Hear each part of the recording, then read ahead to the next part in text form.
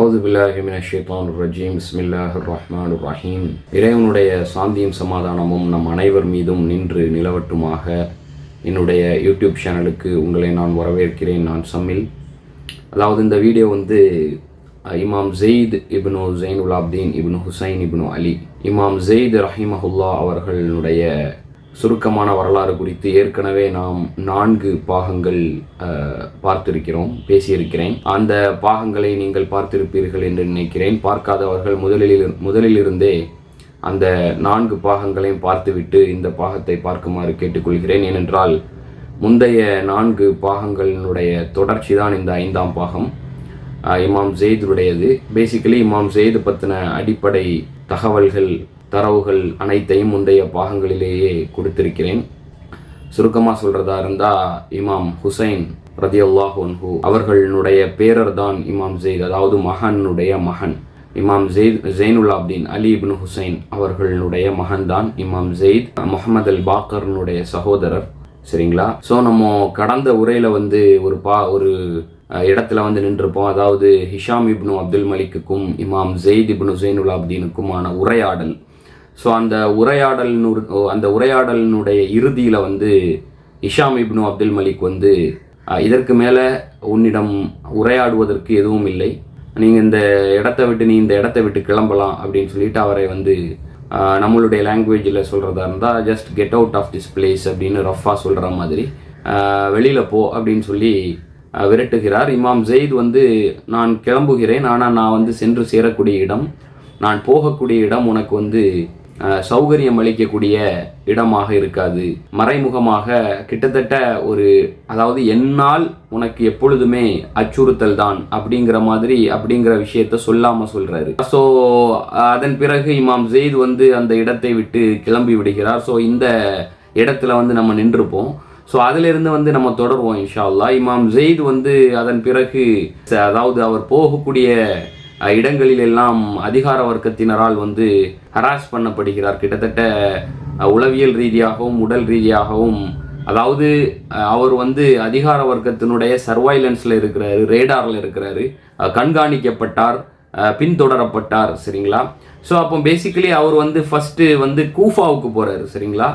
Of all the places, மற்ற எல்லா இடங்களிலும் அவர் முதலில் செல்லக்கூடிய இடம் கூஃபாவுக்கு செல்கிறார். கூஃபாவுக்கு எப்படி போறாருன்னா, ஒரு மாறு வேடத்தில்ன்னு சொல்றதை விட தன்னுடைய இது இமாம் ஜெயித் தான் போறாரு அப்படிங்கிறது பார்க்கக்கூடியவர்களுக்கு தெரியாதவாறு காக்னிட்டோவில் போறாரு. சரிங்களா? தன்னை தன்னுடைய அடையாளங்களை மறைத்து கொண்டு செல்கிறார். ஸோ கூஃபாவுக்கு போய் கூஃபாவுனுடைய ஷியாக்கள் இமாம் ஜெயிதை சந்திக்கிறாங்க. சரிங்களா? அப்போ கூஃபாவுனுடைய ஷியாக்கள்கிட்ட இமாம் ஜெயித் பையத் வாங்குறாரு. சரிங்களா? என்ன பையத் அப்படின்னா, அந்த இம்பார்ட்டன்ட் பாயிண்ட்ஸை மட்டும் நம்ம சொல்லிடலாம். அதாவது நான் உங்களை அழைக்கிறேன் அப்படின்னு சொல்றாரு இமாம் ஜெயித் இவர்கள்ட்ட. நான் உங்களை அல்லாவின் பக்கமும், அல்லாவுடைய வேதத்தின் பக்கமும், அல்லாவுடைய தூதருடைய சுன்னாவின் பக்கமும் அழைக்கிறேன்.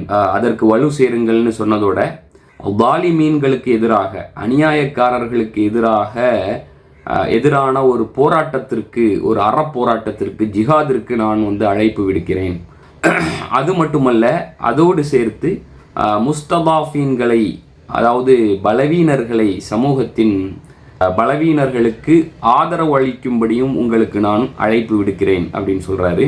அது மட்டும் இல்லை, சப்போர்ட் ஃபார் தி முஸ்தபாஃபின், அதே மாதிரி பொருளாதார ரீதியாகவும் சமூக ரீதியாகவும் ஏற்றத்தாழ்வால் பாதிக்கப்பட்ட, பொருளாதார ஏற்றத்தாழ்வால் சமூக ஏற்றத்தாழ்வால் பாதிக்கப்பட்டு இடம்பெயர்க்கப்பட்ட அல்லது அவர்களுடைய உரிமைகள் பறிக்கப்பட்ட மக்களுக்கு அவர்களுடைய உரிமைகளை திருப்பி அளிக்கவும், அவர்களுக்கு சேர வேண்டிய அந்த பொசஷன்ஸை அவர்களுக்கு திருப்பி அளிக்கவும் நான் உங்களுக்கு அழைப்பு விடுக்கிறேன் அப்படின்னு சொல்றாரு. அது மட்டுமல்ல, அதாவது இஸ்லாமிய கஜானாவில் உள்ள அந்த ரெவென்யூஸ், சரிங்களா, செலவீனங்களை சமமாக அனைத்து முஸ்லிம்களுக்கும் சமமாக பகிர்ந்தளிக்கும் அந்த செயல்பாட்டை நோக்கி நான் உங்களுக்கு அழைப்பு விடுக்கிறேன்.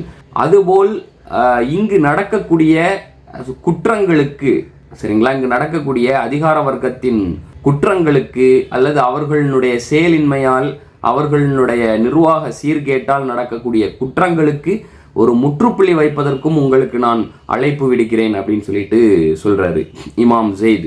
சரிங்களா. அப்ப என்ன செய்வாரு அப்படின்னா, பேசிக்கலி இமாம் ஜெயிதினுடைய இந்த அறைகூவலோடு இந்த அழைப்போடு உடன்பட்டவர்களுடைய கையை நீட்ட சொல்வார். அதாவது முதல்ல இவருடைய கையை இப்படி நீட்டுவார். சரிங்களா. அந்த கைக்கு மேல அவர்களுடைய கை இப்படி வைப்பாங்க. சரிங்களா. அந்த கைக்கு மேல தன்னுடைய கையை வைத்து, அதாவது இவர்கள் எனக்கு பையத் தந்து விட்டார்கள் அப்படிங்கிறதுக்கான அடையாளமாக இப்படி செய்வார். அந்த பையத்தின் போது இமாம் ஜெயித் இப்படி சொல்லுவார், அதாவது அல்லாஹும்ம ஃபஷ்ஹத் அப்படின்னு. சரிங்களா. அல்லாவே இவர்களுடைய பையத்துக்கு நீனே சாட்சியாக இருக்கிறாய், நீனே சான்றாளனாக இருக்கிறாய் அப்படின்னு சொல்லிட்டு சொல்லுவார் அல்லாஹும்ம ஃபஷ்ஹத்னு. இங்க கூஃபால மட்டுமே இமாம் ஜெயித் அவர்களிடம் எத்தனை பேர் பையத் கொடுத்தாங்கன்னு நினைக்கிறேங்க. ஆரம்ப நிலையில கூஃபால மட்டுமே 15,000 பேர் இமாம் ஜெயிதுக்கு பையத் கொடுக்கிறார்கள். சரிங்களா. அப்கோர்ஸ் இமாம் ஜெயித் அதாவது நான் முதல்ல சொன்ன மாதிரி பழைய என்னுடைய காணொளிகளில் சொல்லி இருப்பது போல் அஹ்லுல் பைத் வம்சாவளியில் வந்த இமாம்களிலேயே இமாம் ஜெயித் தனித்துவமானவர். அவருடைய காலகட்டத்தில் இருந்த தன்னுடைய குடும்பத்தை சார்ந்த, அதாவது அலி ரதியல்லாஹு அன்ஹு அவர்களுடைய வம்சாவளியில் வந்த தன்னுடைய குடும்பத்தை சார்ந்த பலர் இமாம் ஜெயிதை தடுத்தார்கள். ஆனால் இமாம் ஜெயித் அதையும் தாண்டி தன்னுடைய நகர்வுகளை இயக்கங்களை மேற்கொள்கிறார். ஸோ எனிவேஸ் இமாம் ஜெயிதுக்கு கூஃபால அந்த டைம்ல மட்டும் 15,000 முஸ்லிம்கள் பையத் கொடுக்கிறார்கள். அதற்கு பிறகு இப்படி நடைபெறுவதை கேள்விப்பட்டு ஆங்காங்கே இருந்து, இப்ப நான் சொல்றது ஷியாக்கள் மட்டுமல்ல, ஷியாக்கள் சுன்னிகள் அனைவருமே இமாம் ஜெயிதுக்கு இப்படி பையத் கொடுக்கிறார்கள் என்பதை கேள்விப்பட்டு ஆங்காங்கே இருந்து கூஃபாவுக்கு இமாம் ஜெயிதுக்கு பையத் கொடுக்கிறார்கள். கிட்டத்தட்ட சொல்லப்படுது இமாம் ஜெயிதுக்கு ஓவராலா இமாம் ஜெயிதிடம் பையத் கொடுத்தவர்கள் என்றால் எத்தனை பேர் என்றால் 40,000 பேர். 40,000 முஸ்லிம்கள் இமாம் ஜெயிதுக்கு பையத் கொடுக்கிறார்கள். பனு உமையா ஆட்சிக்கு எதிராக, ஆட்சியாளருக்கு, ஆட்சி அதிகாரத்திற்கு எதிராக. சரிங்களா. சோ இந்த விஷயங்களை இமாம் ஜெயிதுக்கு இமாம் ஜெயிதினுடைய குடும்ப அங்கத்தினர்கள் தாண்டி இமாம் ஜெயிதுக்கு நெருக்கமாக இருந்த, இமாம் ஜெயித் மீது அக்கறை கொண்டிருந்த பல பிரசித்தமான அறிஞர்கள், சிந்தனையாளர்கள், முஸ்லிம்கள் இமாம் ஜெயிதுக்கு அட்வைஸ் பண்றாங்க, இந்த கோர்ஸை நீங்க பர்சியூ பண்ணாதீங்க, இது அதாவது முன்னேறி செல்லாதீர்கள், மேற்கொண்டு இதை நீங்க கண்டினியூ பண்ணாதீங்க. ஏன்னா அவர்களுக்கு 2 காரணங்களுக்காக சொல்கிறார்கள். முதல் காரணம், அப்கோர்ஸ் இது ஒரு இராணுவ எதிர்படுதலாகத்தான் இருக்க போகிறது. பனு உமையா மொனார்க்ஸ், அந்த குடும்ப பாரம்பரிய ஆட்சிக்கு எதிரான ஒரு இராணுவ எதிர்படுதலாக, ஆப்வியஸா ஒரு போராகத்தான் இருக்க போகிறது. சோ இந்த போர்ல வெற்றி வாய்ப்புகள் மிக மிக குறைவு உங்களுக்கு அப்படிங்கிற ரீதியில அட்வைஸ் பண்ணாங்க. இன்னொன்னு, அப்கோர்ஸ் நிறைய பேருக்கு இந்த கூஃபா வாசிகள் மீது பெரிய அளவுல அபிப்பிராயம் இருக்கவில்லை. சரிங்களா. அதாவது எஸ்பெஷலி குறிப்பாக இந்த ஆஃப்டர் மேத் ஆஃப் கர்பலா அவர்கள் கூஃபாவாசிகள் பற்றி ஓரளவுக்கு இவர்களுக்கு தெரிந்திருந்தது. அவர்கள் ஆக்ரோஷத்துல, அந்த நம்மளுடைய லாங்குவேஜ்ல சொல்றதா இருந்தா, அந்த ஆர்வம் மிகுதியில், பரவச நிலையில் உடனுக்குடனே பையத் கொடுப்பார்கள். ஆனா தேவைப்படக்கூடிய நேரத்துல அவங்க களத்துல நிற்பாங்கன்னா எல்லோருமே களத்தில் நிற்க போவது கிடையாது. அவர்கள் கலற்றி விட்டு விடுவார்கள். அதனால அவர்கள் மீது பெரிய அளவுல இவர்களுக்கு அபிப்பிராயம் இருக்கவில்லை. இப்போ உங்களுக்கு பையத் கொடுக்குறாங்க, ஆனா இவர்கள் இதே எண்ணிக்கை இறுதி வரை இருக்குமா அப்படிங்கிறது சந்தேகம்தான். இன்னொன்று, வெற்றி வாய்ப்பும் கேள்விக்குறி. இது இராணுவ எதிர்படுதலில் பாரதூரமான பாதிப்புகள் தான் ஏற்பட போகிறது அப்படிங்கிற ரீதியில அட்வைஸ் பண்றாங்க.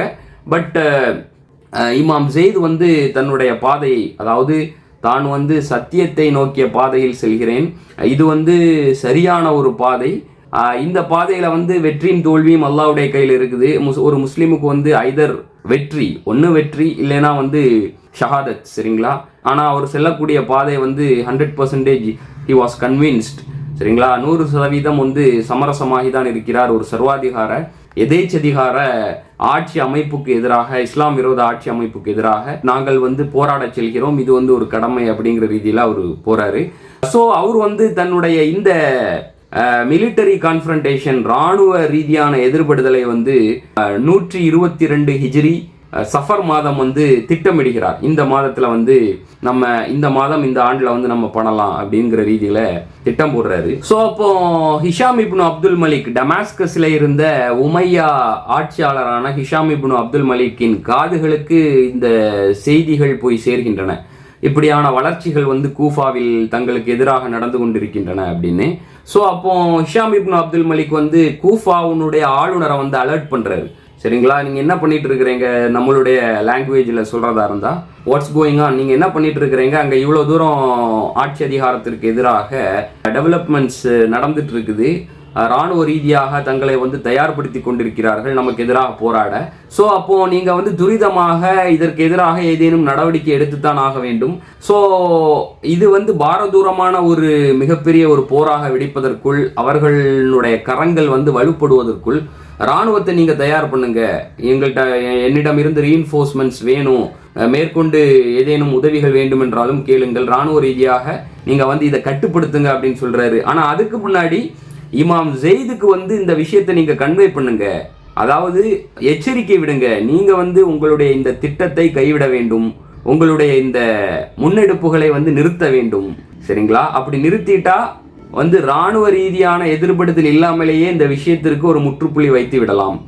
அதற்கு இமாம் ஜெயித் வந்து உடன்படவில்லை என்றால் இராணுவ ரீதியாக அவர்களை எதிர்கொள்வதை தவிர நமக்கு ஒரு வழி இல்லை அப்படின்னு சொல்லிட்டு ஹிஷாம் இப்னு அப்துல் மலிக் பனு உமையா மன்னர் வந்து கூஃபாவில் இருந்த தன்னுடைய ஆளுநருக்கு வந்து கட்டளையிடுகிறார். சரிங்களா, ஸோ அப்போ என்ன ஆகுது அப்படின்னா, கூஃபா மக்கள், அதாவது இராணுவ ஏற்பாடுகள், ஏன்னா அஃப்கோர்ஸ் கூஃபாவுனுடைய ஆளுநர் வந்து இமாம் ஜெயித்திட்ட வந்து கன்வே பண்ணியிருக்கிறார் மெசேஜை, இமாம் ஜெயித் உடன் பண்ணல. ஸோ அப்போ மிலிட்டரி பில்டப் ரெண்டு சைட்லையுமே அந்த இராணுவ ஏற்பாடுகள் நடந்து கொண்டிருக்கிறது. இராணுவ ரீதியாக தங்களை வந்து தயார்படுத்தி கொண்டிருந்த சூழலில் கூஃபாவாசிகளில் சிலருடைய நிலைகள் மாறுகின்றன. ஏற்கனவே நம்ம வந்து கணிச்சது மாதிரி இதை சொல்லியும் இமாம் ஜெயிதை வந்து எச்சரித்தார்கள். அதே மாதிரியே கூஃபாவாசிகளினுடைய அந்த ஸ்டாண்ட்ஸ், அந்த அவர்களுடைய நிலைப்பாடு, அவர்களுடைய பார்வைகள் வந்து தள்ளாடுகின்றன, ஊசலாடுகின்றன, மாறுகின்றன.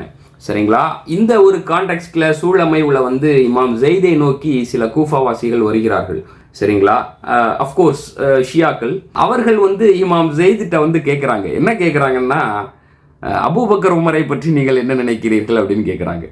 சரிங்களா, அதாவது நம்ம சூழலை பார்க்குறோம், என்ன மாதிரியான சூழல், அந்த சூழலுக்கு எது முக்கியம் எது முக்கியம் இல்லை, அதாவது எது முதன்மைப்படுத்த வேண்டிய விவகாரம், எது நமக்குள் உட்கார்ந்து கொண்டு பின்னால் கலந்தாலோசித்து ஒரு முடிவு, சகோதரத்துவ உணர்வில் ஒரு முடிவுக்கு வர வேண்டிய விவகாரம். இப்போ ஜியோனிஸ்டுகளுக்கு எதிராக ஈரானும் யமனும் ஹமாஸும் ஹிஸ்புல்லாவும் சுன்னிகளும் ஷியாக்களும் போராடி கொண்டிருக்கும் பொழுது, அதாவது அங்கே வந்து உக்கிரமான போர், ஓர் அணியில் முஸ்லீம்கள் ஒன்றிணைந்து போய்கொண்டிருக்கிற சூழல்ல இன்னொரு தரப்பு வந்து ஷியாக்கள் வந்து அபூபக்கரையும் உமரையும் பற்றி என்ன நினைக்கிறார்கள், அதாவது சஹாபாக்களை பற்றி என்ன நினைக்கிறார்கள் அப்படிங்கிற தரப்பு ஒரு தரப்பு பேசினா இது எப்படி இருக்கும்? அதாவது அந்த இடத்துல யூனிட்டியை வந்து ஸ்பிளிட் பண்ற ஒரு விஷயம். அதாவது இது வந்து நமக்குள்ளால இருக்கக்கூடிய கருத்து வேறுபாடு நம்ம வந்து உட்கார்ந்து பேசி தீர்க்க வேண்டிய விவகாரம். அஃப்கோர்ஸ் கருத்து வேறுபாடுகள் நிறைய உள்ளன. சரிங்களா, அதை பேசி தீர்க்க வேண்டிய காலகட்டம், சூழல் இருக்கின்றன. ஆனா இந்த சூழலுக்கு வந்து இப்படி ஒரு கருத்தை வந்து முன்வைக்கிறத நம்மளே பார்ப்போம்.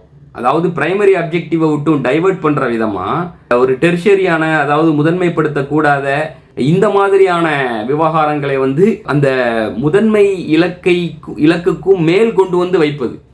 சரிங்களா, அது ஷியா தரப்பிலையும் மாதிரியான நபர்கள் இருக்கிறார்கள், அஹ்லு சுன்னா தரப்பிலையும் மாதிரியான நபர்கள் இருக்கிறார்கள். சரிங்களா, லட்சக்கணக்கான மக்கள் கொல்லப்படுவதை தடுப்பது எப்படி அப்படிங்கிற விஷயத்துல தடுக்கும் முயற்சியில் ஈடுபட்டு கொண்டிருக்கும் முஸ்லிம்களில் ஒரு சாராருக்கும் இன்னொரு சாராருக்கும் மத்தியில் இந்த இடத்துல ஒரு ஸ்பிளிட்ட டிவிஷனை ஏற்படுத்தும் விதமா, முஸ்லிம்களை பலவீனப்படுத்தும் விதமான இப்படியான ஒரு பிரச்சாரம். சரிங்களா, சஹாபாக்களை வந்து இழிவுபடுத்துகிறார்கள், அல்லனா வந்து அவர்கள் வந்து இவர்களை வந்து இமாம் அலியை அல்லது அஹ்லுல் பைத்தை இழிவுபடுத்துகிறார்கள் அப்படிங்கிற மாதிரியான பிரச்சாரம். இதுல வந்து ஷியாக்கள் வந்து இந்த மாதிரி விஷயத்துல கொஞ்சம் மெச்சூர்டா இருக்கிறாங்க. அது வந்து யமன்ல இருக்கக்கூடிய ஜெய்தி ஷியாக்களா இருக்கட்டும், இல்லைன்னா இஸ்னா அஷர் ஷியாக்களாக இருக்கட்டும். ஸோ இந்த மாதிரியான ஒரு அக்யூரேட்டா இப்போ நமக்கு வரலாற்றில இருந்து நிறைய பாடங்களும் படிப்பினைகளும் இருக்கின்றன. எஸ்பெஷலி நம்ம வந்து இமாம் ஜெயிதினுடைய வரலாற்றிலிருந்து இது ஒரு சிறந்த படிப்பினையாக இருக்கிறோம். இமாம் ஜெயிதிட்ட வந்து கேட்குறாங்க, இந்த சூழல்ல ஆப்வியஸா இப்ப இமாம் ஜெயித் வந்து என்ன எதிர்பார்க்கிறாங்கன்னா, இமாம் ஜெயித் வந்து எங்களுக்கு ஏற்றார் போல் கருத்துரைக்க வேண்டும், பதில் சொல்ல வேண்டும் எதிர்பார்க்கிறாங்க. அவர்களுக்கு ஒரு நிலைப்பாடு இருக்கிறது அபூபக்கர் உமரை பற்றி. ஸோ அந்த நிலைப்பாட்டை அரங்கு செய்யும் விதத்தில் இந்த மாதிரியான ஒரு இன்றியமையாத சூழலில், அனைவரும் ஒற்றுமையாக இருக்க வேண்டிய சூழலில் அம்மாதிரியான ஒரு கருத்தை எதிர்பார்க்கிறார்கள். ஸோ ஆப்வியஸா எல்லாருக்கும் தெரியும் இது வந்து கருத்து வேறுபாடுக்குரிய விஷயம், அது ரெண்டாவது தீர்த்துகள். ஆனால் அந்த மக்கள் வந்து முதன்மை இலக்குக்கு மேல், நம் காலகட்டத்தில் செய்வது போல் முதன்மை இலக்குக்கு மேல் இந்த 3ஆம் தர இலக்கை 4ஆம் தர கருத்து வேறுபாடுகளை கொண்டு வந்து வைக்கிறார்கள். அப்ப இமாம் ஜெயித் வந்து அவர்களுக்கு பதில் அளிக்கிறார்கள். சரிங்களா? இமாம் ஜெயித் வந்து என்ன சொல்றாங்க அப்படின்னா, அதாவது முதல் வார்த்தை என்ன அப்படின்னா, கஃபர் அல்லாஹு லஹுமா அப்படின்னு சொல்றாங்க. மே அல்லாஹ் ஃபர்கிவ் தம் அப்படின்னு சொல்றாங்க. அல்லாஹ் அவர்களை வந்து மன்னிப்பானாக. அதுக்கப்புறம் வந்து என்ன சொல்றாங்க அப்படின்னா, என்னுடைய ஃபேமிலி சர்க்கிள்ஸ்ல, அஹ்லி பைத்தி, என்னுடைய அந்த குடும்ப வட்டங்களில் யாருமே அபூபக்கரையும் உமரையும் வந்து பழித்துரைத்தோ அல்லது அவர்களை வந்து அவர்களுடைய தரத்தை தாழ்த்தும்படி பேசியோ நான் கேட்டதில்லை அப்படின்னு சொல்றாங்க. அதாவது தபர்ரா மின்ஹுமா, தபர்ரு இது வந்து ஒரு இஸ்லாமிய வார்த்தை. டிஸ்அவவ், அவர்களுக்கான தங்களுடைய ஆதரவை கொடுக்காமல் இருப்பது, அல்லனா அவர்களை வந்து அந்த பொறுப்புகளை விட்டும் தூரப்படுத்துவது. சரிங்களா? ஸோ இந்த மாதிரியான விஷயங்களை என்னுடைய குடும்ப வட்டத்தில் யாரும் செய்து, அதாவது அஹ்லுல் பைத் பாரம்பரியத்தில் நான் பார்த்த அளவில் என்னுடைய குடும்ப வட்டத்தில் யாரும் செய்து நான் பார்த்ததில்லை. சரிங்களா? அபூபக்கர் உமரனுடைய விஷயத்துல. அது மட்டுமல்ல, அவர் என்ன சொல்றாரு அப்படின்னா, அனல அகூலு ஃபீஹிமா இல்லா ஹைரா அப்படின்னு சொல்றாரு. என்னை பொறுத்தவரை நான் வந்து அவர்களை பற்றி நல்ல அபிப்பிராயங்களை தவிர வேறு எதுவும் கொண்டிருக்கவில்லை, நல்ல கருத்துக்களை தவிர வேறு எதுவும் கொண்டிருக்கவில்லை அப்படின்னு. அதாவது நீங்க என்ன எதிர்பார்க்கிறீங்களோ அந்த மாதிரி நான் சொல்ல முடியாது. என்னை பொறுத்தவரை நான் அவர்களை பற்றி நல்ல அபிப்பிராயமே கொண்டிருக்கிறேன் அப்படின்னு சொல்லிட்டு சொல்றாரு. சோ இதற்கு வந்து அவர்கள் வந்து இமாம் ஜெயிதுக்கு வந்து இப்படி பதில் சொல்கிறார்கள். சோ அப்போ எதுக்கு வந்து நீங்க அஹ்லுல் பைத்தை பாதுகாக்கிறது மாதிரியான ஒரு இமேஜை வந்து பில்ட் பண்றீங்க அப்படின்னு கேட்கிறாங்க கிட்டத்தட்ட. அல்லது இப்படி சொல்லலாம், அவர்கள் இப்படியும் சொல்கிறார்கள், அதாவது நாங்கள் வந்து ஏற்கனவே ஒரு இடத்தில் இருக்கிறோம், ஒரு நிலையில் இருக்கிறோம், அந்த இடத்தில் வந்து நீங்கள் எங்களை கொண்டு வைப்பது போன்ற ஒரு இமேஜையை நீங்க வந்து ஏற்படுத்துறீங்க.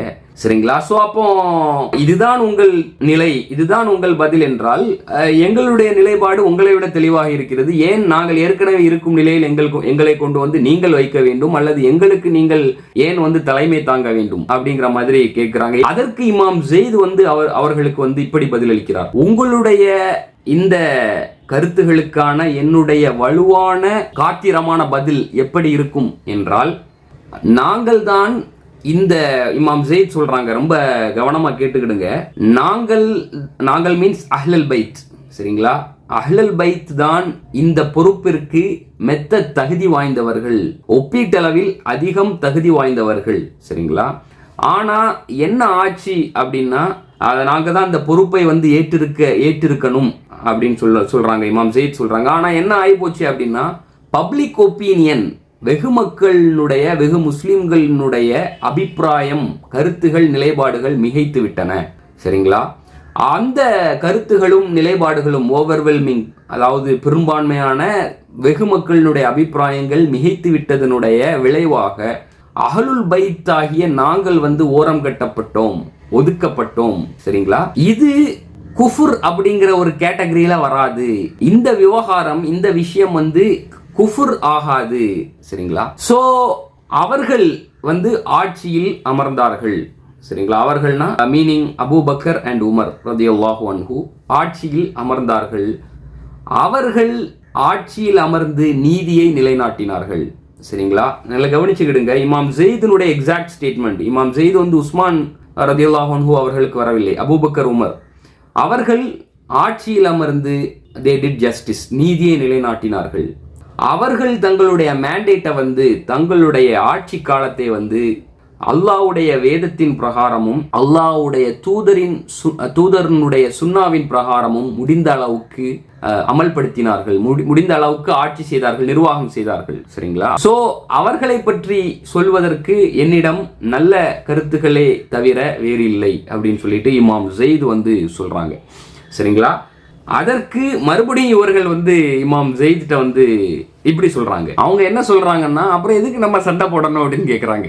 சரிங்களா? இதை நீங்கள் அதாவது வாசிக்கும் பொழுது நிச்சயமாக உங்களுக்கு வந்து ஒரு, அதாவது இன்றைய காலகட்டத்தில் இருக்கக்கூடிய அந்த அறியாமையால் பீடிக்கப்பட்டுள்ள கடும்போக்குவாத, குறுங்குழுவாத, சார்பு கொண்ட, சரிங்களா, நலன்கள் சார்ந்து செயல்படும் அந்த பிடிவாதமும் கடும்போக்கும் நிறைந்த முஸ்லிம்களுடைய நிலைமையை படம் பிடித்து காட்டுகிறது. அதற்கு இமாம் ஜெயித் வந்து சொல்றாங்க, இவர்கள், அதாவது இந்த பனு உமையா சர்வாதிகார மன்னர்கள் வந்து அவர்களை போன்று அல்ல அப்படின்னு. அவர்கள்னா அபூபக்கரையும் உமரையும் போன்று அல்ல.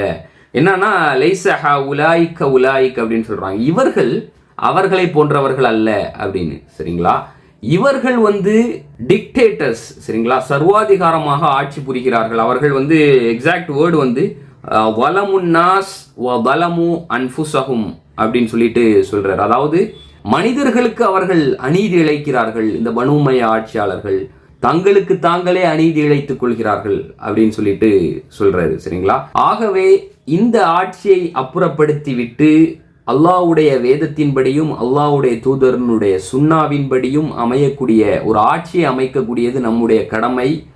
அந்த கடமையை நோக்கி நான் உங்களை அழைக்கிறேன். அதாவது அல்லாஹ்வுடைய வேதத்தையும் அல்லாஹ்வுடைய தூதரனுடைய சுன்னாவையும் அரண் செய்ய நான் உங்களை அழைக்கிறேன் அப்படின்னு சொல்லிட்டு இமாம் ஜெயித் வந்து அவர்களை பார்த்து சொல்கிறார். நீங்கள் வந்து இதற்கு பதிலளித்தால் அது உங்களுடைய முன்னேற்றத்திற்கும் உங்களுடைய நலன்களுக்கும் உகந்தது. ஆப்வியஸா குடும்பத்திற்கும் சமூகத்திற்கும் இதுதான் சிறந்த செயலாகும், நீங்கள் செய்யும் மிகச்சிறந்த செயலாகும். இது உங்களுடைய பெட்டர்மெண்ட்டுக்காக நீங்கள் எனக்கு பதிலளித்தீர்கள் என்றால் அது உங்களுக்கு நல்லது. நீங்கள் எனக்கு பதில் அளிக்கவில்லை என்றால் உங்களுக்கு பதிலாக நான் வந்து அல்லாஹ்விடத்துல நாளைக்கு பதில் சொல்ல போறதில்லை. நான் வந்து உங்களுடைய வக்கீல் கிடையாது. அதாவது லெஸ்டு அலைக்கும் பி வக்கீல் அப்படின்னு சொல்லிட்டு சொல்றாங்க. நான் உங்களுடைய காரியங்களுக்கு பொறுப்பாக மாட்டேன் அப்படின்னு சொல்லிட்டு சொல்றாங்க. ஸோ இதை கேட்ட அவர்கள் போயிடுறாங்க. சரிங்களா, இமாம் ஜெயிதை விட்டு உங்கள்கிட்ட இதுக்கு மேல உங்களோட எங்களுக்கு எதுவுமே இல்லை. பையத் கொடுத்தவர்கள், நல்லா கேட்டுக்கிடுங்க, பையத் கொடுத்தவர்களில் ஒரு செக்ஷன் வந்து இப்படி சொல்றாங்க, இதற்கு மேல உங்கள்கிட்ட வந்து எங்களுக்கு எதுவுமே இல்லை, நாங்க கிளம்புறோம் அப்படின்னு சொல்லிட்டு போயிடுறாங்க. சரிங்களா, ஸோ இதை நீங்க கற்பணித்து பாருங்கள். அதாவது பேசிக்கலி நம்ம காலகட்டத்தில் மிகச்சிறந்த பாடங்களும் படிப்பினைகளும் இருக்கின்றன. எந்த ஆஸ்பெக்ட்ல அப்படின்னா, அதாவது டிஃப்ரென்சஸ் ஆஃப் ஒப்பீனியன், சாதாரண விஷயத்தை முன்வைத்து அதில் இவர்கள் வந்து எமோஷனலாக இருக்கலாம், இவர்கள் வந்து கடும்போக்கு ஸ்டாண்ட் எடுக்கலாம். சரிங்களா, பட் இது வந்து முஸ்லீம்களுக்கு உள்ளால இருக்கக்கூடிய டிஃப்ரென்சஸ் ஆஃப் ஒப்பீனியன். சரிங்களா, அந்த டிஃப்ரென்சஸ் ஆஃப் ஒப்பீனியனை நாளிறுதியில் அனைவரும் முஸ்லீம்கள் என்ற ரீதியில் உட்கார்ந்து பேசி நம்ம வந்து ஒரு முடிவுக்கு வரலாம். ஆனால் இந்த ஒரு கருத்து முரண்பாடுகள் வந்து ஒரு சாராரை முஸ்லீம் என்றும் இன்னொரு சாராரை முஸ்லீம் அல்ல என்றும் ஆக்கிவிடாது. சரிங்களா, ஒரு சாராரை வந்து நேர்வழியில் இருக்கக்கூடியவர்கள் என்றும் இன்னொரு சாராரை வழிகேடர்கள் என்றும் ஆக்கிவிடாது. இது ஈமான் என்றும் இது குஃபிர் என்றும் ஆகிவிடாது. தான் இமாம் ஜெயித் சொல்றாங்க, இது குஃபுர் அல்ல அப்படின்னு சொல்றாங்க. அப்போ இதை வந்து உட்கார்ந்து நம்ம பேசுவோம். ஆனா அதை பேசுவதற்கான தருணம் இது அல்ல. இது வந்து ஒற்றை இலக்கை நோக்கி அனைவரும் கைகோர்த்து ஒற்றுமையாக பயணிக்கக்கூடிய ஒரு தளம். நீங்க எங்க வந்துகிட்டு இதெல்லாம் பேசிட்டு இருக்கிறாங்கன்னா அவர்கள் வந்து தங்களுடைய கடும்போக்கு ஸ்டாண்ட்ல இமாம் ஜெயிதை விட்டு விலகி சென்று விடுகிறார்கள். நீங்க வந்து இதை யோசிச்சு பாருங்க. ஸோ இன்றைய தேதியில் நம்ம வந்து இப்போ ஃபார் எக்ஸாம்பிளுக்கு வந்து நம்ம அந்த ஜியோனிச இஸ்ரேலை எதிர்த்து போராடி கொண்டு இருக்கக்கூடிய இயக்கங்கள் வந்து இதெல்லாம் பைபாஸ் பண்ணுது. இந்த டிஃப்ரென்சஸ் ஆஃப் ஒப்பீனியன் எல்லாம் பைபாஸ் பண்ணி தான் களத்தில் நிற்குது. ஆனாலும் ஸ்டிர் பண்ணுறதுக்கு, ஸ்டில் இதை கிளறி விடுவதற்கும், இந்த வரலாற்று அசபியாவை, வரலாற்று கடும்போக்குவாதத்தை, வரலாற்று கருத்து முரண்பாடுகளை, வரலாற்று அந்த பிளவுகளை, பிரிவுகளை, சண்டைகளை மீண்டும் அந்த கடும்போக்குவாத பாரம்பரிய முஸ்லிம்களின் உள்ளங்களில் வந்து புத்துயிர்ப்பித்து அவர்கள் அதாவது மீண்டும் மீண்டும் பிளவை நோக்கி அவர்களை நகர்த்துவதற்கு முயற்சி செய்து கொண்டிருக்கும் முஸ்லிம்களும் இருக்கிறார்கள். இவர்களை வந்து இமாம் ஜெயிதுடைய காலகட்டத்தில் இமாம் ஜெயிதிடம் வந்து இந்த கேள்விகளை முன்வைத்த முஸ்லிம்களோடு ஒப்பிடலாம். சரிங்களா, ஸோ நீங்க இமேஜின் பண்ணி பாருங்க எப்படிப்பட்ட சிச்சுவேஷன் அது அப்படின்னு பாருங்க. கிட்டத்தட்ட ஒரு கணிசமான எண்ணிக்கையினர் 15,000 பேர், அதாவது இதே கூஃபாவாசிகளை பற்றித்தான் அலி ரதியல்லாஹு அன்ஹு துல்லியமாக ஒரு வார்த்தையை சொல்லி இருப்பார்கள். சரிங்களா, இது கிட்டத்தட்ட அலி ரதியல்லாஹு அன்ஹுனுடைய வெறுமனே ஒரு 2 வரிகள் தான் வரும் அரபியில. கிட்டத்தட்ட ஒரு 50 ஆண்டுகளுக்கு முன்பு, அதாவது ஒரு 45-50 ஆண்டுகளுக்கு முன்பு சொன்ன வாசகம். சரிங்களா, அப்படியே அக்யூரேட்டா கூஃபாவாசிகளுக்கு பொருந்துவது போல் இருக்கிறது. அதாவது அலி ரதியல்லாஹு அன்ஹு என்ன சொல்லியிருப்பாங்க அப்படின்னா, இன் ஹில்தும் ஹுக்தும் வ இன் ஹுரிப்தும் ஹுர்தும் وَإِنْ اجْتَمَعَ النَّاسُ عَلَى إِمَامَةٍ طَاعَنْتُمْ وَإِنْ أُجِعْتُمْ إِلَى مَشَقَّةٍ نَقَصْتُمْ அப்படின்னு. சரிங்களா? இதுதான் அலி ரதியல்லாஹு அன்ஹு அவர்களுடைய ஸ்டேட்மெண்ட்டு. ரொம்ப ஒரு எலாபரேட்டான கிளாரிட்டியான தெளிவான ஸ்டேட்மெண்ட்டு.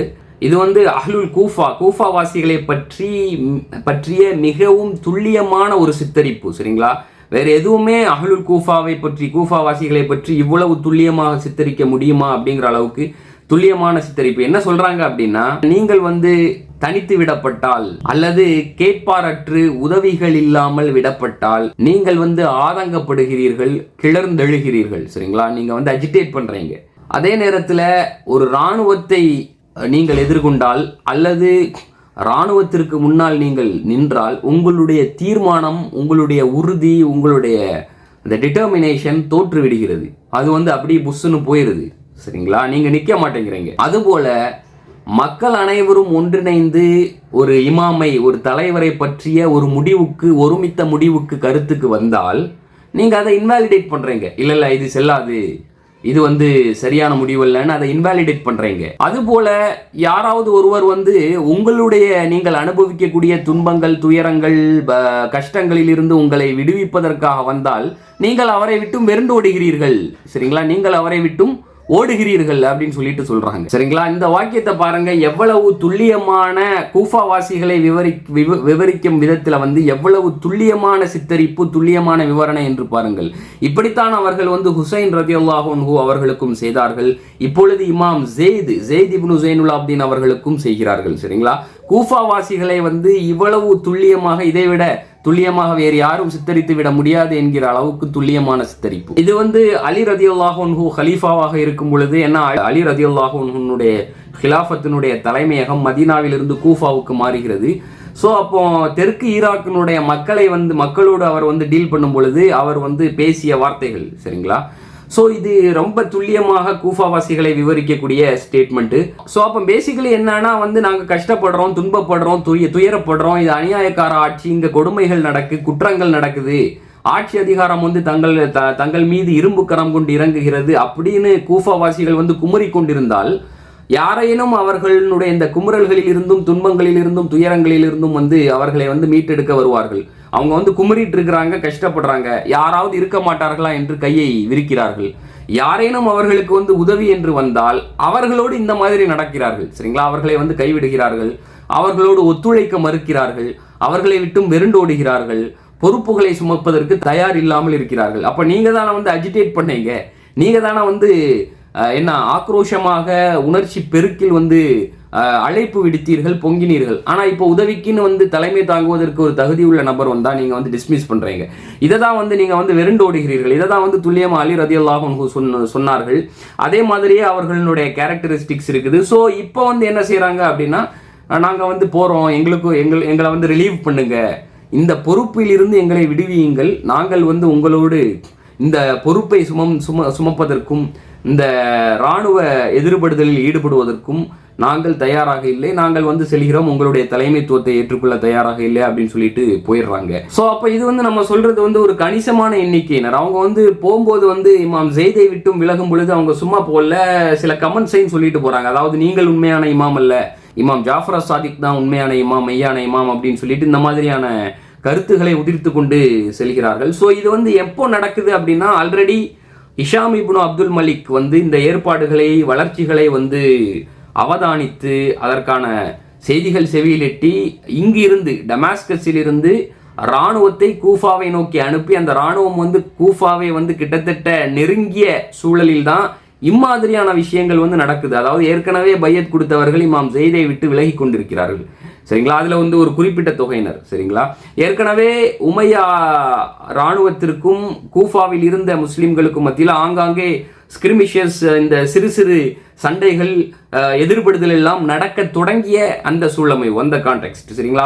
அந்த மாதிரியான ஒரு சூழல்ல தான் இப்படி வந்து இவர்கள் வந்து இமாம் ஜெயிதை விட்டு விலகி போகிறார்கள். ஸோ அப்போ இமாம் ஜெயித் வந்து இப்பொழுது மிகவும் இக்கட்டான ஒரு சூழலில் உள்ளார். நாம் ஏற்கனவே சொன்னது போன்று உமையா இராணுவத்திற்கு எதிராக, ஆட்சி அதிகாரத்திற்கு எதிராக அவர் வந்து இராணுவ எதிர்படுதலில் ஈடுபடுவதற்கான நாளை வந்து சஃபர் மாதம் குறித்திருந்தார். சஃபர் மாதம் 122 ஹிஜ்ரி சஃபர் மாதத்தில். இப்பொழுது அவர் எந்த சூழலில் இருந்தார் என்றால், கிட்டத்தட்ட அந்த சஃபர் மாதத்திற்கும் ஒரு மாதம் முன்பே தன்னுடைய இராணுவ கட்டமைப்புகளை எல்லாம் தயார் செய்து எதிர்படுதலில் ஈடுபட வேண்டும் அப்படிங்கிற ஒரு இக்கட்டான சூழ்நிலைக்கு வந்து இமாம் ஜெயித் வந்து சேர்ந்திருந்தார். சரிங்களா? கிட்டத்தட்ட ஒரு மாதத்துக்கு முன்னாடி நம்ம வந்து இந்த மிலிட்டரி என்கவுண்டரில் வந்து இறங்கிடணும் அப்படிங்கிற ஒரு இடத்திற்கு வந்து இமாம் ஜெயித் வந்து சேர்கிறார். ஸோ இன்ஷா அல்லாஹ் நம்ம வந்து இமாம் ஜெயித் இப்னு ஜெயினுல் ஆப்தீன் இப்னு ஹுசைன் இப்னு அலி அவர்களுடைய சுருக்கமான வரலாறு பற்றி நாம் இன்னும் கொஞ்சம் வந்து பேச வேண்டியிருக்குது, இன்னும் சிறிது பேச வேண்டியிருக்கிறது. இந்த இடத்தில் நாம் நிற்போம். இத்தோடு நமது உரையை வந்து முடித்துக்கொள்வோம். இன்ஷா அல்லாஹ் மீண்டும் அடுத்த எபிசோடில் அடுத்த பகுதியில் இமாம் ஜெயித் பற்றி நம்ம தொடர்ந்து பேசுவோம். இன்ஷா அல்லாஹ் என்னோடு இணைந்திருங்கள். நான் ஷமில். மீண்டும் அடுத்த காணொலியில் சந்திப்போம். இறைவனுடைய சாந்தியும் சமாதானமும் நம் அனைவர் மீதும் நின்று நிலவட்டுமாக.